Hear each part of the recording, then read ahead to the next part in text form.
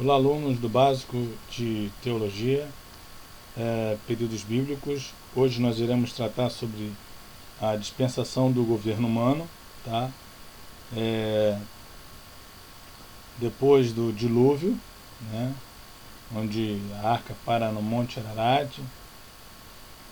Nós temos um período aí do dilúvio até a Torre de Babel de 427 anos. Isso é uma data aproximada. Muitos livros, como por exemplo o do John MacArthur, tá? E Conhecendo melhor o Antigo Testamento, dão 430 a 435 anos. São datas aproximadas, nós não sabemos, tá?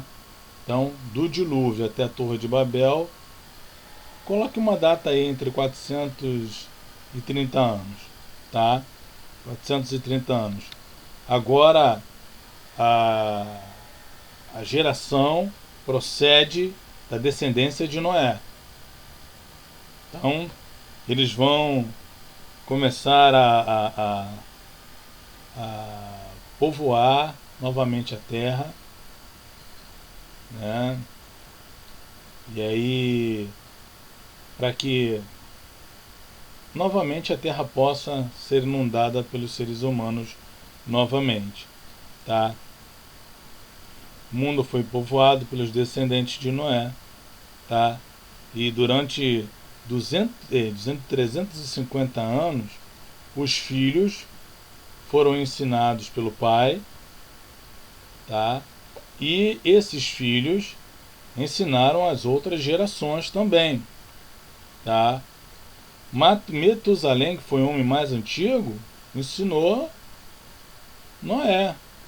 Noé aprendeu os grandes mistérios do Antigo Testamento, lá do Antigo, lá do passado, e passou para os filhos, que chegou até nós, né? E agora a sociedade ia se formando, a civilização. E agora nós temos a condição do homem, tá? O homem deveria conviver em sociedade. E o propósito divino, tá? Eu falo, tem um juízo, tem um propósito. O propósito divino. O homem deveria manter-se fiel a Deus dentro dessa sociedade coletiva. Dentro de um sistema coletivo, melhor dizendo. Ele deveria se manter fiel ali, dentro de um sistema coletivo, uma sociedade, uma civilização. Ali ele deveria manter-se fiel a Deus. Ok? Esse era o propósito divino. O livre-arbítrio do homem deveria impulsioná-lo a obedecer a Deus e a viver de uma maneira que agradasse o próprio Deus dentro dessa civilização, tá, corrompida. Dentro dessa civilização que agora está, ou melhor, corrompida não, que estaria sendo ensinada. Mas houve um homem chamado Nimrod, que foi um gigante e criou lá o rei da Síria e outros países, como diz aqui Gênesis capítulo 10, Nimrod, que foi um homem valente, tá? Nimrod, fala aqui, ó. Cuxi gerou a Nimrod, o qual começou a ser poderoso na terra. Foi valente caçador diante do Senhor. Daí dizer-se como Nimrod, poderoso caçador diante do Senhor. O princípio do seu reino foi Babel, que é confusão, Ereque, Acabe e Calné, na terra de Siná.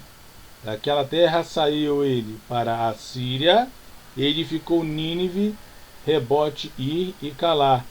E entre Nínive e Calá, a grande cidade de Rezém. E outras cidades também, tá? Mas, segundo o historiador Flávio Josefo, tá? Nimrod teve a ideia de criar uma torre porque ele tinha medo de que Deus enviasse novamente, caso eles desobedecessem, um novo dilúvio. Então eles disseram: vamos construir uma torre, muitos chamam de zigurate, uma torre, tá? E que essa torre alcance os céus. Para que, quando vier o dilúvio, sejamos salvos e possamos alcançar o céu e tirar satisfações com Deus. Por que ele está fazendo isso? Tá? A ideia de Nimrod era fazer uma torre para escapar do dilúvio e alcançar o céu. Tá? Bom, mas Deus tinha aliança com aqueles que eram obedientes. Quais foram as alianças? Primeira, Deus não mais amaldiçoaria a terra. 2. Deus não mais acabaria como um homem, como fez. Deus prometeu a Noé. A terra seria frutífera. E como sinal da aliança entre Deus e os homens, Deus colocou o arco-íris. Então, todas as vezes que você olhar e ver o arco-íris, você tem que se lembrar que aquilo ali é a aliança de Deus com os homens. Tá? Aliança de Deus para com os homens. Ok? Mas Nimrod, em sua prepotência, tá? Achando-se poderoso, começou a levantar a torre chamada Babel. Confusão. Não é à toa. E aí nós temos aqui o relato no versículo 11.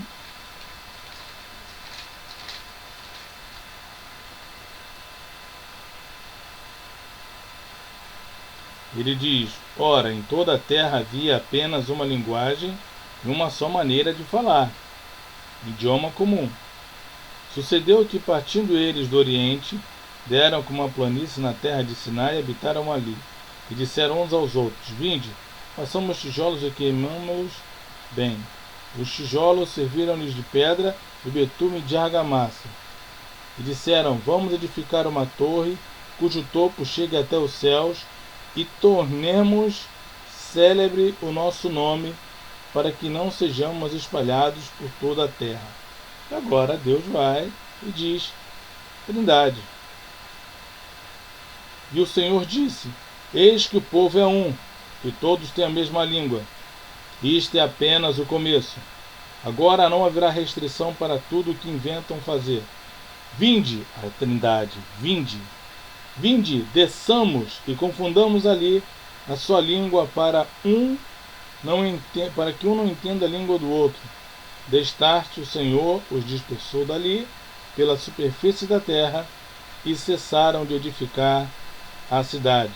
Chamou-lhe por isso o nome de Babel, porque ali confundiu o Senhor a linguagem de toda a terra, e dali o Senhor os dispersou por toda a terra.